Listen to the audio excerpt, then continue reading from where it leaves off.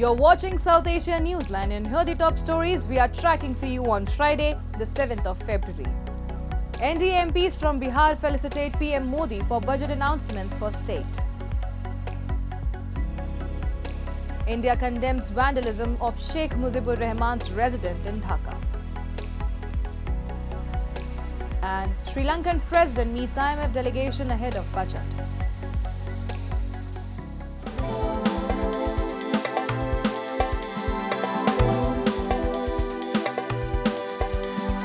For all the details. Around 30 Bihar MPs from BJP, JDU and other parties of NDA met Indian Prime Minister Narendra Modi in Parliament on Friday. The MPs felicitated the Prime Minister for the budget announcements for their state. With assembly elections scheduled for November this year, Bihar received significant attention in the budget. With assembly elections scheduled for November this year, Bihar received significant attention in the budget. Finance Minister Sitaraman announced the expansion of Patna Airport, the establishment of 4 new greenfield airports and the construction of a brownfield airport at Bihta. Notably, Bihar was mentioned multiple times in Sitaraman's budget speech. Sitaraman had said in her budget speech that greenfield airports will be facilitated in Bihar to meet the future needs of the state. These will be in addition to the expansion of the capacity of Patna Airport. Meanwhile, opposition MPs on Friday held a protest in the Parliament complex against Sri Lanka continuing to arrest Indian fishermen and demanded that the government find a permanent solution to the issue. The protest was led by DMK, Congress and Left Party MPs from Tamil Nadu and joined by parliamentarians from several other opposition parties.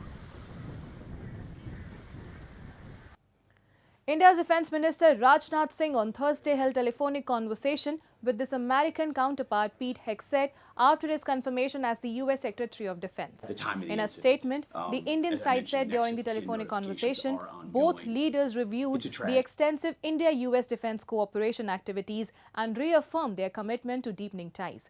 The statement further said that both ministers also agreed to work together to draft a comprehensive framework on defence cooperation for the period of next 10 years. This comes in the run-up to Indian Prime Minister Narendra Modi's visit to Washington next week.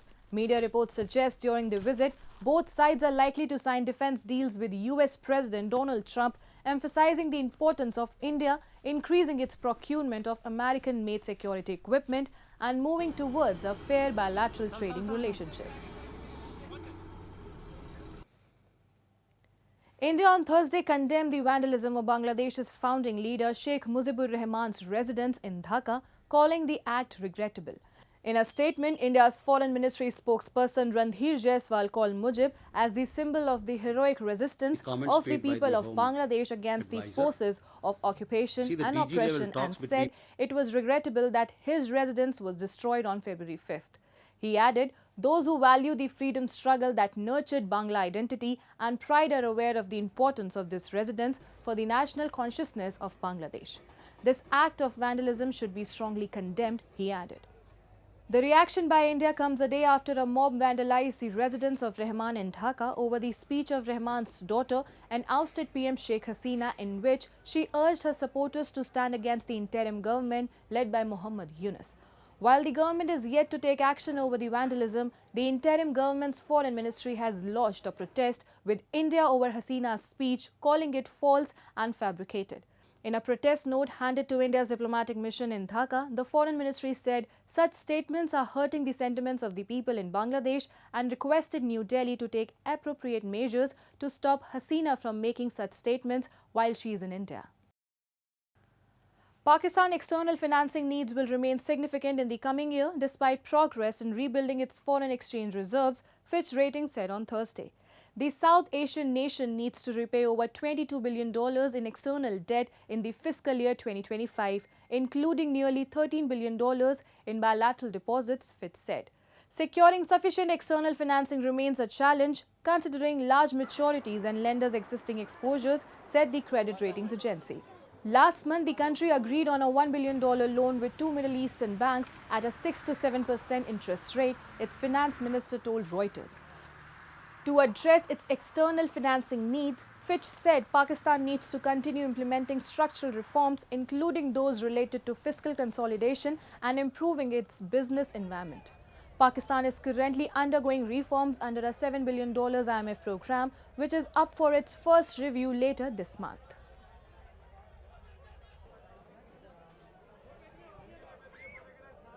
A comprehensive discussion regarding the progress of the extended fund facility agreed with the IMF took place in Colombo on Thursday between Sri Lanka's President Anura Disanayake and an IMF delegation.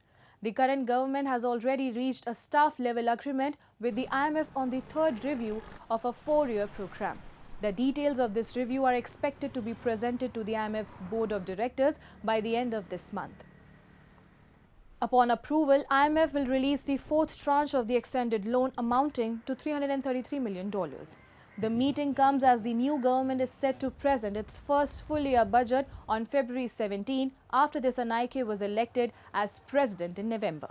Disanayake, who is also the finance minister, has outlined plans to reduce income taxes, increase welfare and give relief to businesses.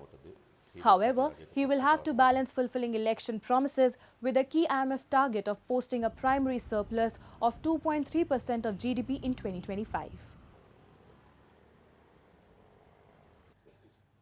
Asserting that sovereignty of the Maldives is the highest on agenda, President Mohamed Muizzu has said his foreign policy aims to strengthen ties with developing countries and the country will prioritize its neighbours. President Muizzu's remarks were among the several issues he dealt with while delivering the presidential address at the opening session of the People's Majlis for 2025. Muizzu assured that country's foreign policy aims to strengthen ties with developing countries with peace as the state's top priority. The statement comes weeks after he sought the withdrawal of Indian defence personnel from the archipelago nation and a day after he declared that the Maldives will maintain autonomous control over all its territories including maritime, aerial and terrestrial domains, apart from enhancing Maldives' capabilities for conducting underwater surveys. That's all in tonight's edition. We will see you same time next week. Have a great weekend. Good night.